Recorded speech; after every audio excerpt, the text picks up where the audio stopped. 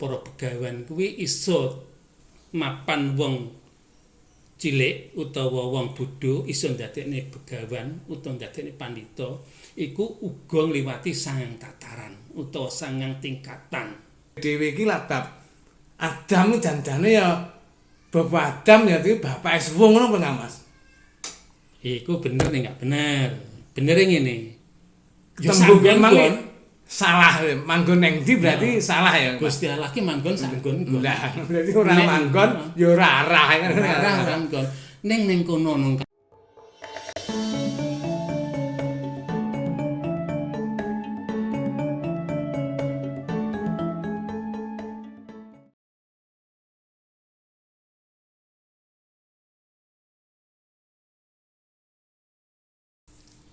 Rahayu. Mugi-mugi sami rahayu sagung dumadi. Para pemirsa YouTube yang berbahagia, kali ini aku mau hadir, mau ada tamu lagi. Mbok menawa para pemirsa ikut nimbrung kalau cocok. Tapi sebelum aku kedatangan tamu yang mau datang, mohon like dan subscribe dan bunyi dingtongnya, bel dingtongnya agar tidak ketinggalan video-video kami yang berikutnya. Nah, di sini mungkin sebentar lagi tamu aku datang. Nanti apa yang ditanyakan, mudah-mudahan nanti cocok dengan apa yang dikehendaki para pemirsa YouTube semuanya. Monggo,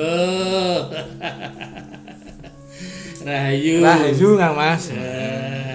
Teko maning adi lanang, Beben, kabare. Wah. Iki kapro kadung klebus Kang Mas. Ya dimain cincing-cincing ya ditelesne pisan. Cemplungi pisan. Ya iki ngene Kang Mas ki. Nek omah yang angen-angen pikir aku ya ora iso turu Kang Mas, besot oleh tembung-tembung bab-bab sing teko njaba ki Mas. Tak kira lek dirubung jengklong. Neng badhe tak angklet nih Mas bab kok omahe tembung ngaji meng apa bener teko sembung mengkaji diri pribadi utawa tembung-tembung sing maksude piye wong njaba ki mang kira-kira mungguhe Kang Mas bab ngaji meng janjane piye Kang Mas? Ngaji ki saka tembung jarwa dosa. Ngaji ki teko tembung 9 lan 1. Ngono Kang Mas ya. 9 karo 1. Lho nyapa kok 9 karo 1 dadi 10 enggak. Wong sapa wis ngliwati tataran 9 dhek bakal pedhuk 1. Siji yen makarti tanpa piranti.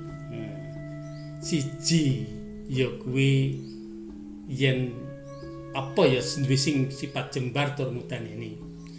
Lho. Sing siji ki mang gesang tanpa roh, sing kuwaose tanpa piranti, terus sing jembare tur mudaneni. Kuwi nek wis weruh nyang 9, lah 9 ki mang apa sangang tataran. Sangang tataran ki mang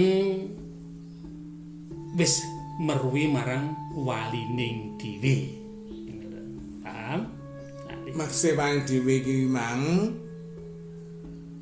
sing manggon ning badan wadake mangsa dhewe ngono Kang Mas. Iya. Artine wali ki kan nek kaya akeh-akeh wong ngarani wali-wali songo kuwi walining dhewe. Sebetulnya itu walinya syariat, walinya agama. Bukan wali kita secara pribadi. Wali-wali di sosial. Nah, walining dhewe kuwi apa? Walining dhewe kuwi sejatine kuping loro, mripat loro, si papat 6, nah, terus tutuk 1. dadi jumlah 7, dubur 1, 8, terus perji atau kelamin ini 1. dadi Tak disi aja dibantah. Ya. Lah terus susu kuwi piye? Terus udel piye itu tidak termasuk. ngono ya Kang Mas. Tapi lek umpama ditermasuk nih ya ora apa-apa, malih wali 10, wali 11, wali 12 itu hak wong-wong. Tapi Dewan 9 itu yang ada di tengah masyarakat itu atau wali songo kuwi wali ning agama.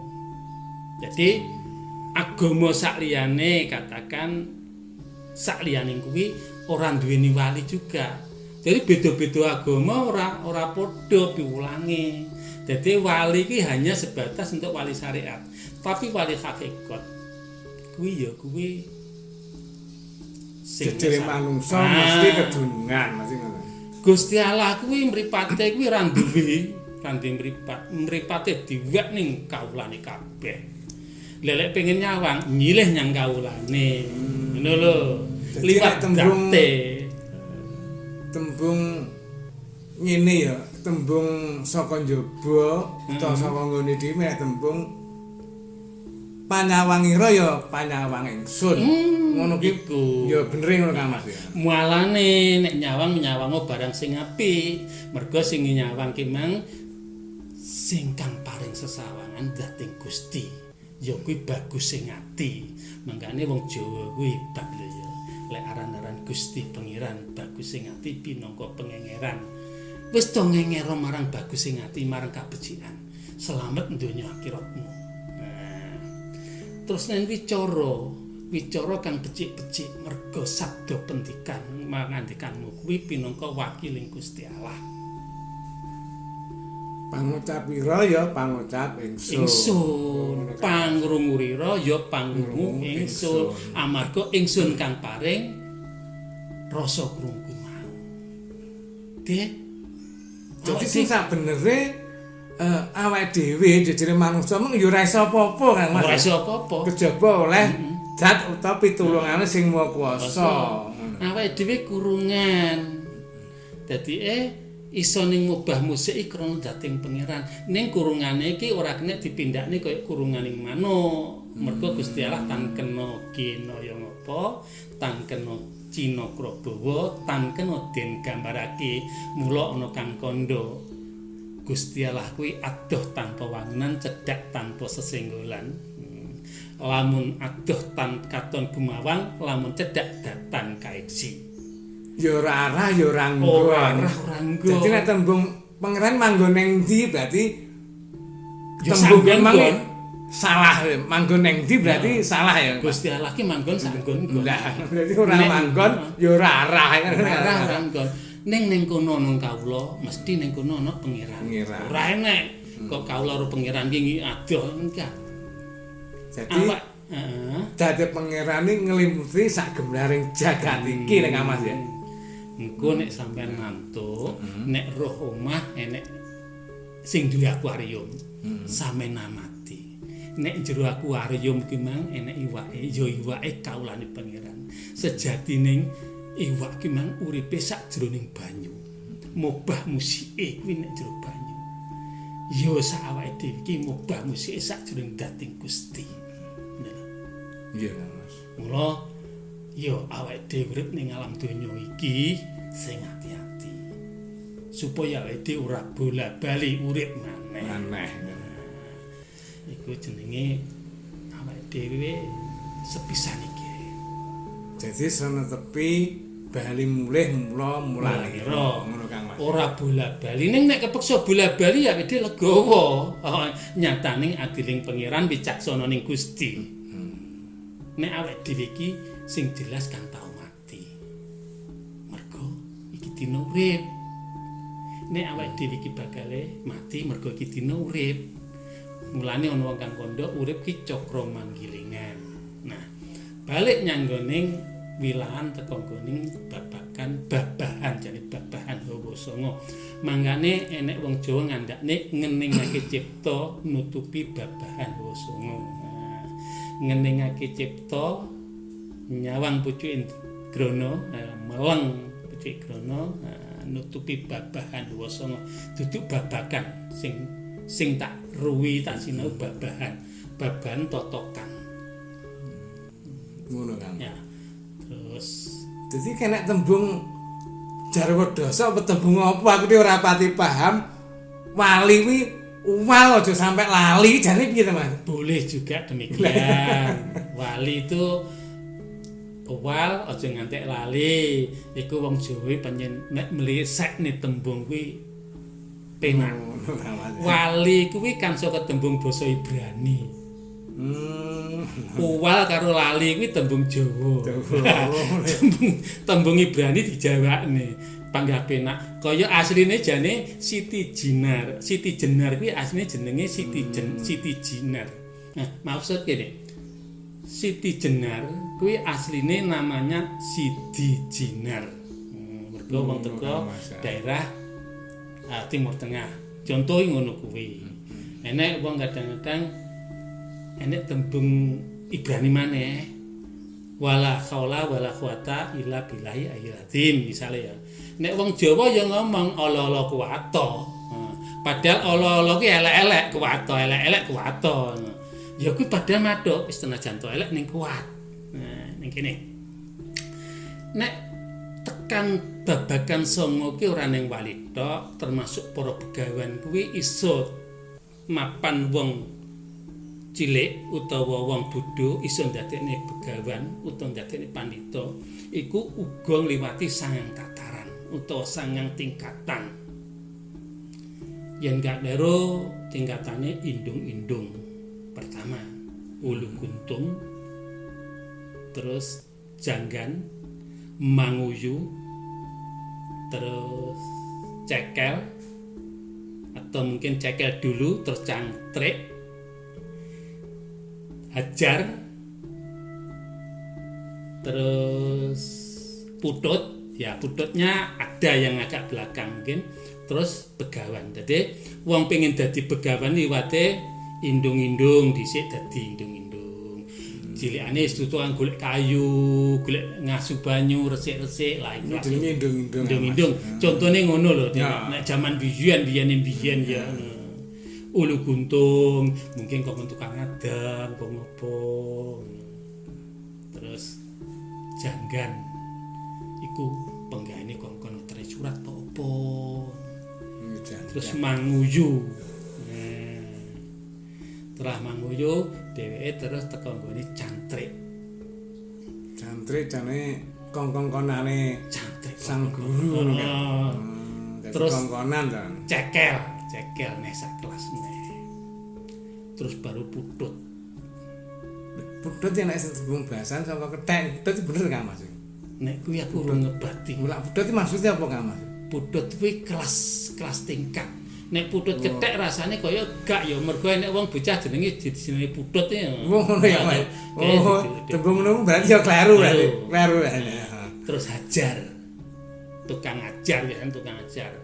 Nah, iki begawan iki mang wis tembung hajar kaya guru nek, Mas. Ya, termasuk guru. Terus begawan kuwi begeng gawan. Begeng gawan tuh bekalnya sudah cukup. Turah ora, kurang ya ora. Yen ditambah kuwi ora luwih nek dikurangi ora sudo. Kuwi begawan. Dadi gawane wis bek. Nah, iki tingkatan cara saiki SD, SMP, SMA, terus sarjana. Terus kuliah apa-apa neh ya apa-apa nganti tekan ngene nganti dadi profesor. Mangkane umpama nek profesor sekolah SD neh ya ora mungkin. Mangkane umpama eneke sapa Sabda Palon, to Siti Jenar balik nginguk nyanggone donya neh ya ora mungkin to. Mergo dhewe wis sampurna. Wis putus tapane.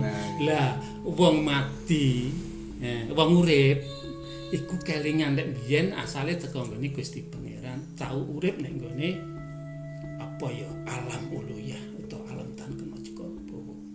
Tapi wong sing wis bali karo pangeran, manunggal karo pangeran, iki perlu sampeyan ngerteni. Tapi ora kelingan. Iya ki nganu tak cuplik Kang Mas ya. Kuwi nek wong saka njaba, mbuh tembung teko ndi, alam uluhiyah, alam suwung, alame pangeran, piye nek sing arane alam Adam Kang Mas. Lah Adam ki tembung Adam iki suwung. Lah ya tegese suwung. Dadi lak muturut kasunyatan utawa bab kasunyatan ning dhewe iki lak bab Adam iki jandane ya bapak Adam ya iki bapake suwung ngono Kang Mas. Iku bener nek gak bener. Benere ngene. Nek Bapak Adam itu ibu Hawa diyakini karo umat Islam. Iku nek ibu bapane wong Islam. Tapi tembung Adam iku nek sampean kandhane suwung aku iso nrimo. Ngono ya Kang Mas. Mangkane nek tulisan tembung nek kitab Bintal Jemur ada makna. Ya. Tegese ngene. Bintal kuwi saka tembung Baitul. Emang wong Jawa lambene sak enake ngomong Pak Panto. Wis bintal ngono ya. Jemur itu makmur. Nah, Adam suwung makna teges. Dadi tembunge nek digandeng ki mang Baitul Makmur nang kene iki. Adam ki mang suwung makna teges. Dadi kuwi alaming manusa kuwi asale teka nggone alam suwung ki bener. Nah, nang kene iki Baitul Makmur iki papan mukarrabining para malaikat. Ngono ya Kang. Besok tak jlentrene perkara dewa. Dewa jane sapa ngono nek sampeyan Mana ya sok bakal aku lak rene neh Kang Mas ya. Aku tambah seneng nek kanca dolan, nek kanca jagongan. Nah, terus tak tutupne dhewe nek nek sing kesandung sithik. Kebegok teko ngomongin jenengan. Oh. Wong sing bali ana nggoning pengayunane pangeran wis bali mula-mulanira ya. Wis bali marang sangkan paraning dumadi. Kuwi man roh kuwi man gak rumangsane wis tau urip ning donya. Najan to dhek wis bolak-balik ning donya. Nek dhek ngrumangsani urip ning donya, dhek berarti dhek bakal balik. Ngono lho. Oh, cethone ngono Kang. Cethone ngono. Mangkane wis bali mula-mulanira mulane dheweke kok kandha jare kok sik ngampel-ngampeling mara berarti dhek gong bali, dhek nyangsang ning gone alam abjan. Itu wong muksa karo wong murca. Nek wong muksa kuwi balik nyang pangayunaning pangeran sakkan ragane, nek wong murca kuwi ilang nyang gone alam kajiman. Ngono ya Kang Mas. Nek wong sing wis mati terus ora bakal reinkarnasi berarti wis manunggal nyawiji maring Gusti Pangeran utawa Gusti Sang Hyang Widi. Lah leh manunggal ki mang dheweke ora rumangsa nek tau nek nggone alam donya. Sing wis bali manunggal ora ngrumangsani, sing ngrumangsani urip nek dalam donya berarti dhek sing ngrasa pangrasa ketempelan pulut lenduting kadonya. Bener lho. Dadi mas mulakno dhewe balik neh. Dadi cakra manggilingan. Besok pengen ditutupne caraning semedi. Ya sak iso-isoku tak nek sampean tekok tak warai tak. Aku ya matur nuwun Kang Mas sajroning ya iki mang kabeh mang ya enek pakaran liya sing perlu tak ayahi. Iya ta. Wong aku dhewe ya jejere manusa lumrah ya. Aku samulih mergawe apa samume. Ngono Mas rahayu Kang Mas. Rahayu, matur nuwun kowe. Hati-hati, Dimas. Nggih Kang Mas.